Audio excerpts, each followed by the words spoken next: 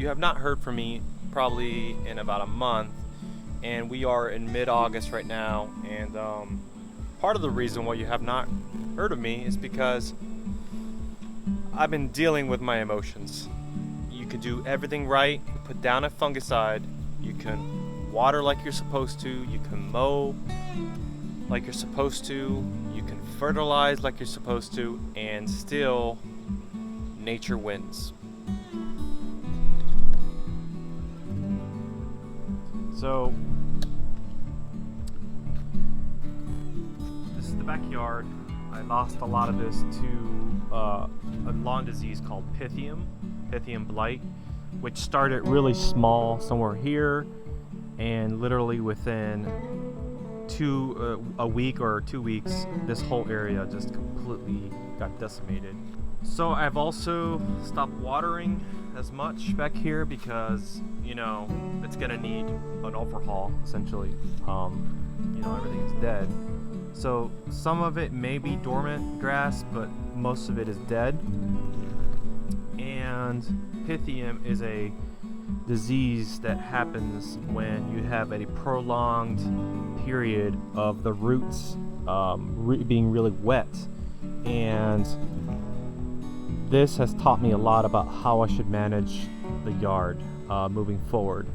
This is my first time having a cool season grass in this yard, so I'm gonna have to change up my game plan moving forward on the backyard. So one of the things I'm gonna have to start doing differently is watering differently. So the situation that I'm finding is that because this is on such a drastic slope, the water in the top here is not holding water nearly as much because of the slope, so that corner right there is staying very dry, but on the flip side, everything down here is remaining a lot wet because of all the constant movement of water in this area.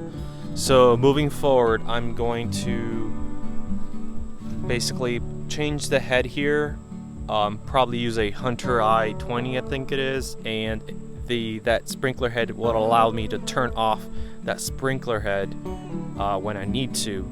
So my game plan moving forward, once I renovate this section in the fall coming up here, is I'm rarely going to ever water this section of the lawn. I'm just going to be watering from here, or possibly even just in that corner.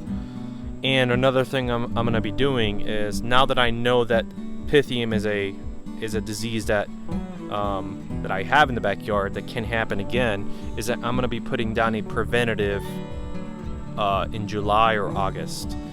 And the product I'm going to be using is called Subdue Max, or the active ingredient is, I believe it's called mefenoxam.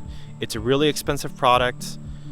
So I went ahead and bought it because I'm not going to be using it very often, just as a preventative, but it's a very expensive product. One of the cultural things you can do is just not water as much. So like I mentioned, this area completely just dead. So the way my property is here, like everything's on a slope, but there's also a wall of a forest on this side, so there's very little airflow, if at all, moving through here. It's just like a humid bubble, just won't move from this section. So I think this is just an area I'm just going to be fighting every year and just having to oversee. And yeah, that's just what it is, I guess. I tell you, I really, this is really disheartening, because you spend a lot of time watering and nurturing your grass, and then just this happens. And, but I mean, I'm going to take this opportunity now that, everything is dead. I'm going to be taking some of the soil that's on over here and level out some of these spots. So I'm going to grade this a little bit better. But let's take a look at the rest of the lawn. So like I mentioned, we are in August. So still green, but as you can see, I also had disease outbreak, and you can see it kind of ran down this hill here, and a lot of this area thinned up. As you can see, a little trail there. So this is the side yard. just in general, the grass is, you can tell, just really thinned up a lot because of the heat. And I'm watering like a madman.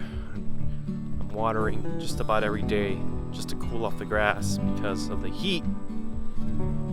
So if you have a cool season grass like tall fescue, you are going to be watering like crazy, that's for sure, especially in this area that I live in Atlanta. So let's check out the front yard. So here's the front yard. Still looking okay, I guess, for being late summer, but there's just, it just thinned up a lot, you know. I'm having a hard time knowing what's disease and heat stress because it's just hard to know sometimes. Here's a side yard. Again, a lot of it thinned up. So fall is right around the corner and I'm starting to gear up for my plan. I'm gonna make some adjustments to the lawn now that I know the land, and it's gonna have to be making some adjustments, one of which is going to be moving sprinkler head over this way because it's not getting enough water. I'm going to not cut as often next year. You know, around 4th of July I was cutting maybe every 4 days as opposed to 3 days. So I'm also going to convert this section of the lawn, of the mailbox, into grass. So I've wiped out that whole area with Roundup.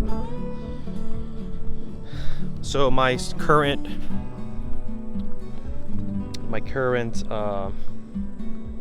summer plan here is that I'm not mowing as much at all. I haven't mowed in a couple of weeks. So some areas that thinned up here. I'm essentially in protective mode right now. Of course, because there's open ground, weeds are starting to pop up.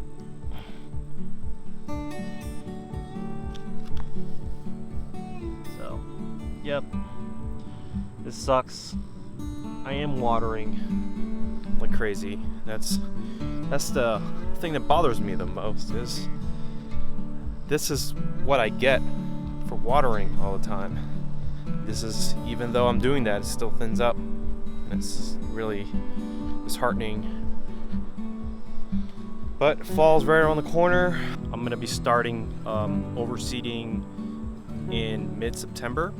Last year I started around October, and my only regret was that I wish I started a little sooner so that I can get enough mows and fertilization in the lawn to get it really matured before the winter.